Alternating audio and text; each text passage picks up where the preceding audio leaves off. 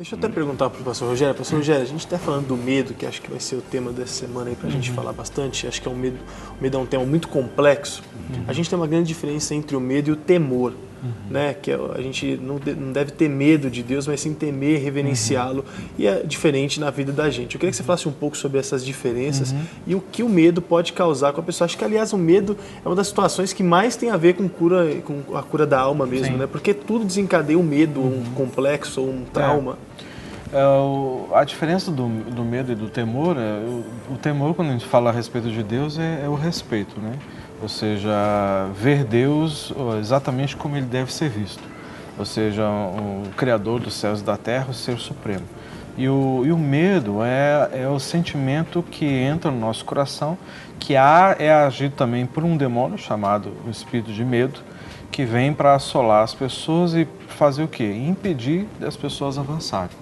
Ou seja, travar o potencial, travar a vida cristã, travar, ou seja, o empreendimento, faz com que a pessoa fique na retaguarda, impeça a pessoa de arriscar-se, de implementar-se, e principalmente aquele sentimento de que a pessoa se sente travada com o seu potencial.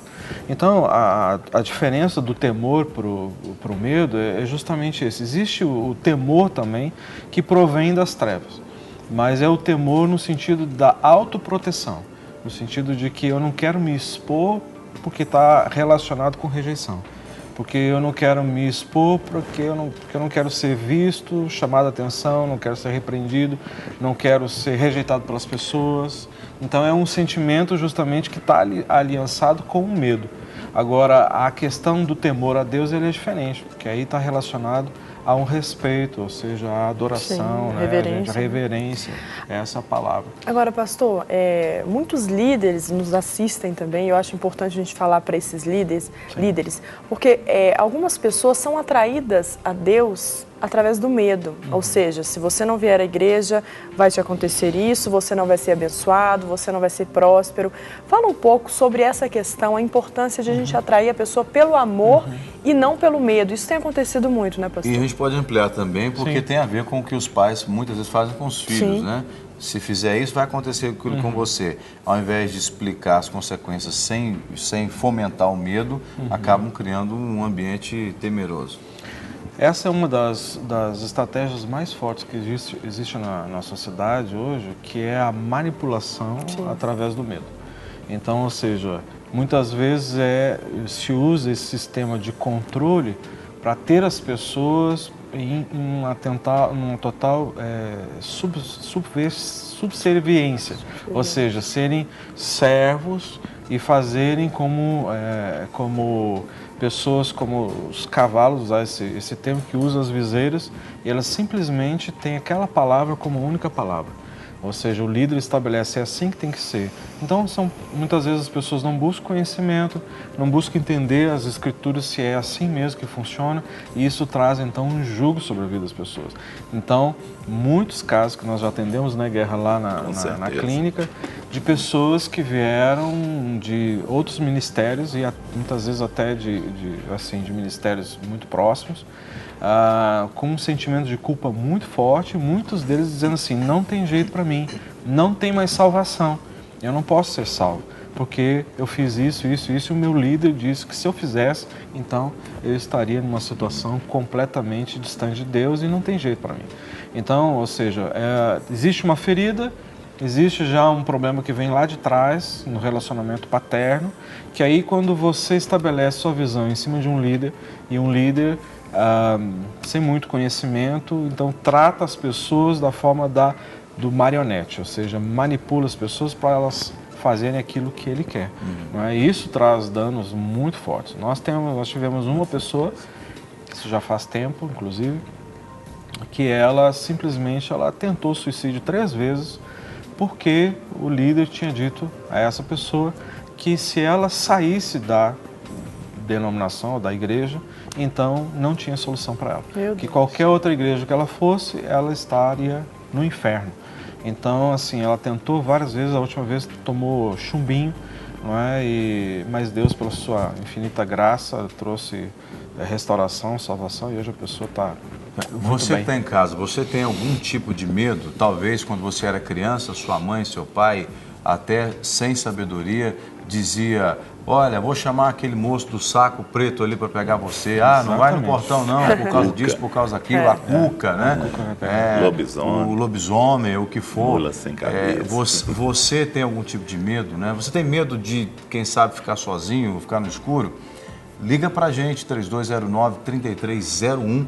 Nós queremos ajudar você, né, ministrando sobre a sua vida. Nós teremos um tempo de oração aqui no final para abençoar a sua vida, mas deixa a gente conhecer a sua história, conhecer o seu caso. Se você não quiser se identificar, não tem problema algum, né? Mas pelo menos conte a sua história para que a gente consiga te ajudar, porque esse quadro é feito para ajudar aqueles que precisam, né, dessas ajudas específicas. Hoje estamos falando sobre a questão do medo. 3209-3301 é o telefone do nosso CAT. Esse é um atendimento eletrônico, você responde as perguntas do atendimento, tecla opção 1 e aí a sua participação chega para a gente. Você tem a participação ao vivo, 3253-3320, e você fala diretamente aqui no nosso estúdio com a nossa produção.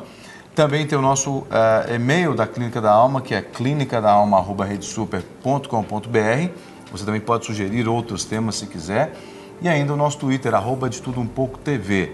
Então conta pra gente a sua história e a gente quer te abençoar com certeza para que você não saia daí, quando terminar o programa, você não fique preso ainda a essas questões de medo, né? O senhor queria falar, pastor Guiar?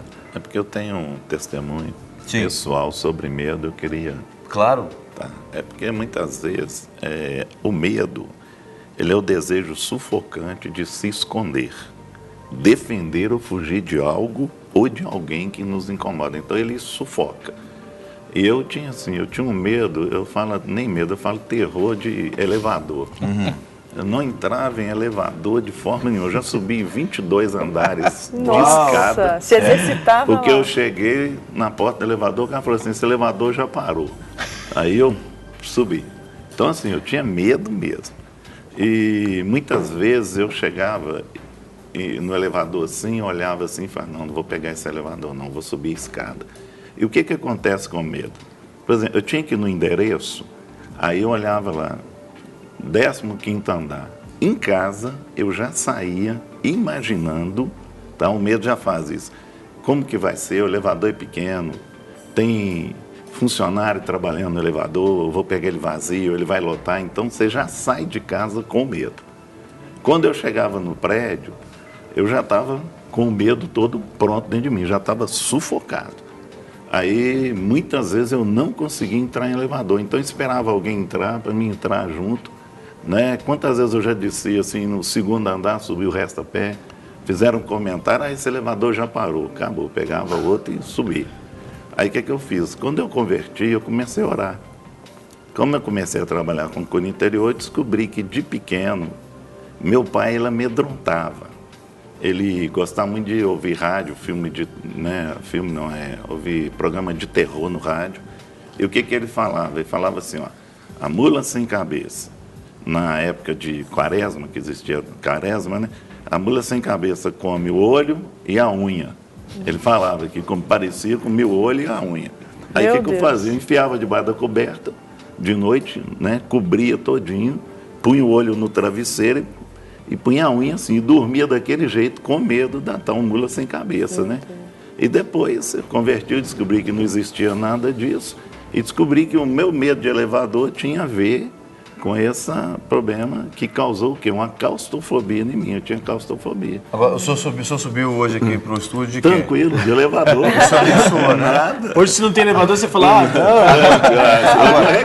Agora, tem que ser muita falta de criatividade de um pai ou de uma mãe, de qualquer pessoa, falar uma coisa dessa com o filho. Sim, fala. E muitas pessoas que a gente trata do medo, eles foram atemorizados de infância. Sim. Você entendeu? Era um costume antigo também, né? Olha o bicho vai te pegar. O homem do saco vai passar, vai te levar. E talvez até por uma ignorância, né? Porque, Sim. eu tenho medo de acontecer alguma coisa com meu filho. Agora, uma pergunta, pastor Rogério, é o seguinte, algumas pessoas dizem que um nível de medo é benéfico. Por exemplo, eu tenho medo de ser violentada na rua, então eu ando com a janela fechada, ou eu tenho um tipo de medo, de repente, de altura, então eu vou tomar um cuidado maior. Ou seja, existe algum medo de ocultismo, então eu nunca me envolvi com o ocultismo, com o espiritismo, porque eu tenho medo. Existe algum medo, então, que é benéfico ou talvez seria um cuidado que a gente deva ter? Deixa o pastor Guerra responder assim. Nós temos 3 tipos de medo. Racional, exagerado e irracional. O racional é saudável, indispensável para nos proteger. Além de nos afastar do perigo, por exemplo, você não vai atravessar a BR-381, fechar o olho e atravessá-la. Sim. Não é? Dizer, eu sou corajoso e eu vou. Isso não é fé, não, Deus né? não é fé, não. Deus vai me cuidar, então a né? gente tem que tomar cuidado com isso. Cabe aqui também o que você falou, o temor de Deus. Que aqui entra o temor de Deus nesse medo racional, que é respeito solene da santidade e do poder de Deus. Nós vamos ter um respeito solene. Agora, esse medo racional, ele nos ajuda, tá? Nos ajuda a garantir a vida. Garantir e seguir em frente. Que muitas vezes é igual a história daquele homem que caiu no barranco e segurou num cipó de noite, né? Ficou pendurado. Aí ele orou a Deus, falou, Senhor, me salva aqui. Aí Deus falou com ele, solta o cipó, a corda, né? Solta a corda. E ele não soltou. Então ele ficou até de manhã. Quando o dia ficou claro, faltava um palmo para ele cair no chão. Um palmo só, né? Então ele teve medo de soltar. Sim. Então muitas vezes, né, nós temos que olhar o que Deus também coloca, né, na nossa vida para tomarmos posição. Muitas vezes nós deixamos até de tomar certas posições por medo, até na vida espiritual. Tem gente que tem medo de ser batizado no Espírito Santo, né? Eu até conversei com uma pessoa que eu estava tratando e eu falei com ele assim, se o Espírito Santo te tocar e você sair plantando bananeira na igreja, você está doido, pastor, um negócio desse comigo? Por isso que eu não entro naqueles mover, então a pessoa tem medo. Medo de Deus. Medo de Deus. Isso mesmo, a pessoa tem. O que Deus pode fazer? Esse é o medo racional, Esse é o racional. que é saudável e protetivo. Protetivo, isso. Agora tem o exagerado, é baseado na realidade, mas é desproporcional ao nível de perigo que o ameaça. A pessoa continua com a ameaça psicológica daquele fato que já passou. Já aconteceu o fato, mas ela continua com aquilo na mente. Tem que ser tratada, uma pessoa que foi assaltada. Como se fosse um trauma que adquiriu, então aquilo, o medo faz o lugarzinho dele lá naquele trauma. Faz o lugar lá. Ele então, projeta naquilo o medo, a situação que ele já passou. Isso, aí tem que ser tratado. É igual aquela história, gato escaldado tem medo de água fria. Não é igual aquele cara que morava sozinho e fugiu de casa, né? Ele tinha medo, né? Medo dele mesmo. Medo dele mesmo, né? Então, Vou muitas fugir de vezes mim. acontece isso. E o medo irracional, que é ter medo de algo que não existe. Aí a pessoa já vai criar, né? Não tem base na realidade atual e qual estamos conscientes. Igual o caso do elevador, né? Então, o que eu tenho ensinado às pessoas na questão de medo é respirar, né? Muitas vezes o seu emocional, você pode dar uma ordem nele. Por exemplo, o medo ele vem no nosso âmago aqui, né? Então, se você der 5 vezes você respirar, aí ele não vai mandar esse medo para sua mente. Como é que o senhor fez com a questão do elevador? O senhor converteu e tal, e aí falou, não, eu não posso ter esse medo. Quando é que o senhor conseguiu entrar no elevador e ficar tranquilo? Tem gente que tem medo de avião, de tantas outras coisas, né? Eu entrei no elevador, fechei os olhos e comecei a orar. E fui até o final orando. A primeira vez, eu orei, de olhos fechados, até chegar no local, aí eu desci. Aí eu comecei a fazer isso. Entrava no elevador e imaginava que eu estava num campo aberto, que eu estava num lugar tranquilo. Não podia abrir o olho, não. Estava no campo aberto, assim, no estádio, né? Tranquilo, assistindo o jogo de São Paulo. Segura a sua imaginação um pouquinho, porque nós temos uma participação que é a Vera, de Nova Friburgo, no Rio de Janeiro, e ela quer falar com a gente a respeito dos medos, né, que possivelmente ela tem.